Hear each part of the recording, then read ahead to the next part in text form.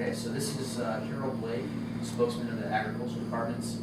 She says they just cut off the areas, but the reality is that production lines are moving so fast they can't catch all the diseased carcasses, and some of them are ending up on supermarket shelves. When I started inspecting, inspectors were looking at 13 birds a minute, then 40. Now it's 91 birds a minute with 3 inspectors. You cannot do your job with 91 birds a minute. Okay, mad cow disease. This is from Wikipedia. The British inquiry into BSE concluded that the epidemic was caused by cattle, who are normally herbivores, being fed the remains of other cattle in the form of meat and bone meal. They feed them themselves right back to them. 99% of you guys are eating this stuff. Why would they do it? In 2000, drug sales topped $145 billion. Your sickness is a $1 billion industry. So you being healthy is not a good industry. You being slightly sick but just barely hanging on is a great moneymaker. In 2000, fast food sales were $110 billion. Agrochemical companies pulling hundreds of millions of dollars. Pharmaceutical companies are making record profits. The $1.5 trillion question. How do we survive 2.8 million years of evolution without doctors, therapists, nutrition, medical drugs, and have better health than we do today? So I think I pretty much proved to you beyond any shadow of doubt, at least in my mind, that we definitely don't have better health than we used to. American medical industry is the highest tax-paying industry in the U.S. Shut it down when you can no longer afford our smart bombs, cruise missiles, and military to be laid off. Organic farming, classify that the food is produced without the use of pesticides, herbicides, fungicides, or chemical fertilizers. Compost and humus development is an important part. The farmer is on the field working with his hands. Okay. Organic free-range meat. Animals should be in free range without antibiotics and fed a natural diet. Animals sequester toxins in the fat. We talked about that. Benefits of organic. Enzymes. Enzymes are, I don't know if you know what an enzyme is. An enzyme is an activator. So you have a molecule in your body, so you have a hormone, and it's going through the blood and it's bound up, which means it's not active. An enzyme, when it comes in contact with that, you can activate it. And enzymes are dependent on secondary compounds. Our level of technology today has no understanding of this. We're pretty much in the dark. In my opinion, our level of technology is like the tip of an iceberg. We still are cavemen driving around in nice cars. So if you look at the British Soil Association's organic farming, food quality and human health cites 57 references supporting increased levels of secondary compounds in organic foods. Soil quality in the U.S. is drastically reduced. Human activity has already degraded more than 7.5 million miles of square land. It's the size of the U.S. and Canada combined. We're running out of farm land at the same time. We're in the middle of a population boom. Estimated to be 10 million people by 2030. That's in our lifetime. So, we can be looking forward to an interesting future. Deserts are growing like crazy. We had nutrient contents of soil from 1960 to 1992. 80% loss of these vitamins from 1960 to 1992. Average percent of mineral content conventionally grown. I wanted to break in here real quick because I wanted to explain this a little bit better than I did in the classroom. But this is a meta-study of organic versus conventional studies of concerning nutrient value in organic versus conventional. And as you can see, 56% of organic studies prove that organic farming, or at least show that organic farming is better. 37% say conventional is better, and 7% say no difference. Common sense, 2 plus 2 is equal 4. Sorry, but this is ridiculous. But at least there are a lot of scientific studies that prove this. Okay. Organic food farming, food quality, and human health is a 21-year study.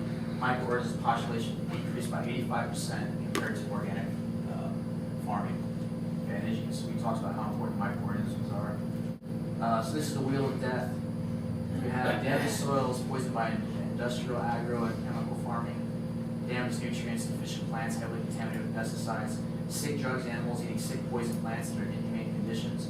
Increased visits to MD, increased diseases, increased drugs, loss of vitality. Humans consuming plants and animals in the same worst condition. Okay, so the biggest threat we face, it's not the multinational corporations, it's not the corrupt governmental agencies like the FDA, it's not the politician kowtowing to special interests for campaign financing. The biggest threat is an uninformed public. So let me ask you, is the future of the planet important to you? Is the future lives of your children important to you? Do you want the problems we face to continue the same paths against you worsen? What do you think will happen if what I show you today is not stopped?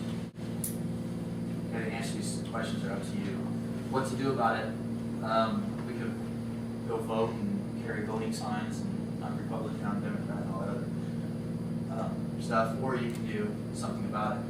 You can put your money where your mouth is, literally. So what you put in your mouth is extremely important. Okay, it's extremely important for your future. It's extremely important for you today.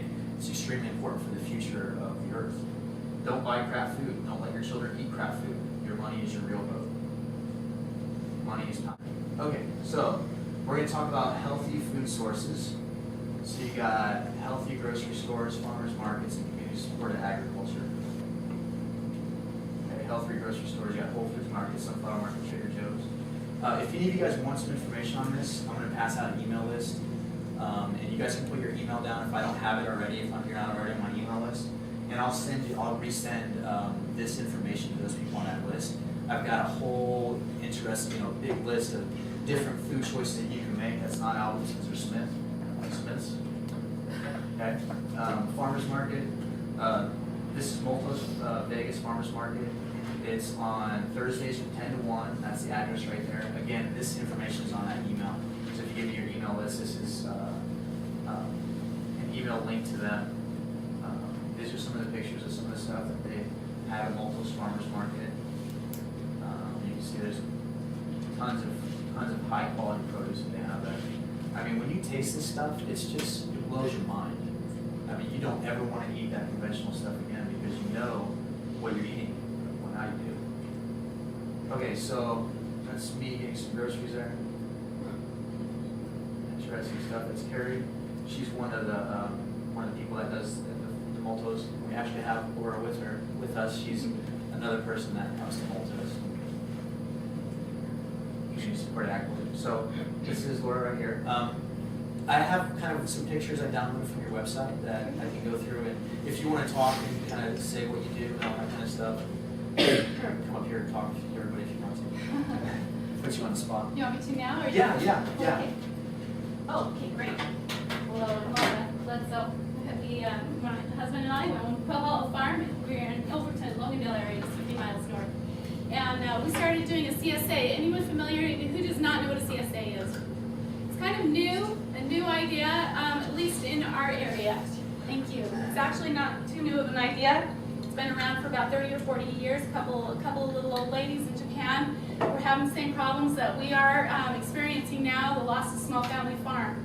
They lived down in a rural community and realized all of a sudden where they used to get their food from the neighbor, for the local farmer, they were now getting the food shipped in from the city that came from the farm, and the farmers are being put out of business and bought up by bigger corporations and entities. And they said there's something wrong here, and so we're going to bypass all of this, and we're just going to work out a situation. We buy directly from the farmer, and we're going to come work with that farmer, and every week we're going to get produce from his farm. That's community-supported agriculture, and it's now worldwide, all over. And so what it is a subscription to the farm. You buy into the fact that the farmer's got to buy seeds, got to plant it, got to hope that the crop survives, and you're buying in the risk of the farm, and in return you're getting just picked, fresh, highly nutrient dense, in most cases, in our case for sure, organic vegetables on a weekly basis. And so you actually have personal farmer is what it is. That's what we do. We have a CSA, and we take that fact that people have paid up front in the season and allowed us to have money to buy seeds, allowed us to have money to buy and do what we need to do up front, so I'm not having to worry about going out and marketing and wondering what I'm going to do with 300 pounds of watermelons this week. Already know who they go for and whom I'm farming for, and I've got to tell you what a joy it is to know that I'm providing food for little Ileana, 2 years old, who's grown up on organic vegetables. I'm picking those seeds for Ileana, and I'm picking them for Daniel,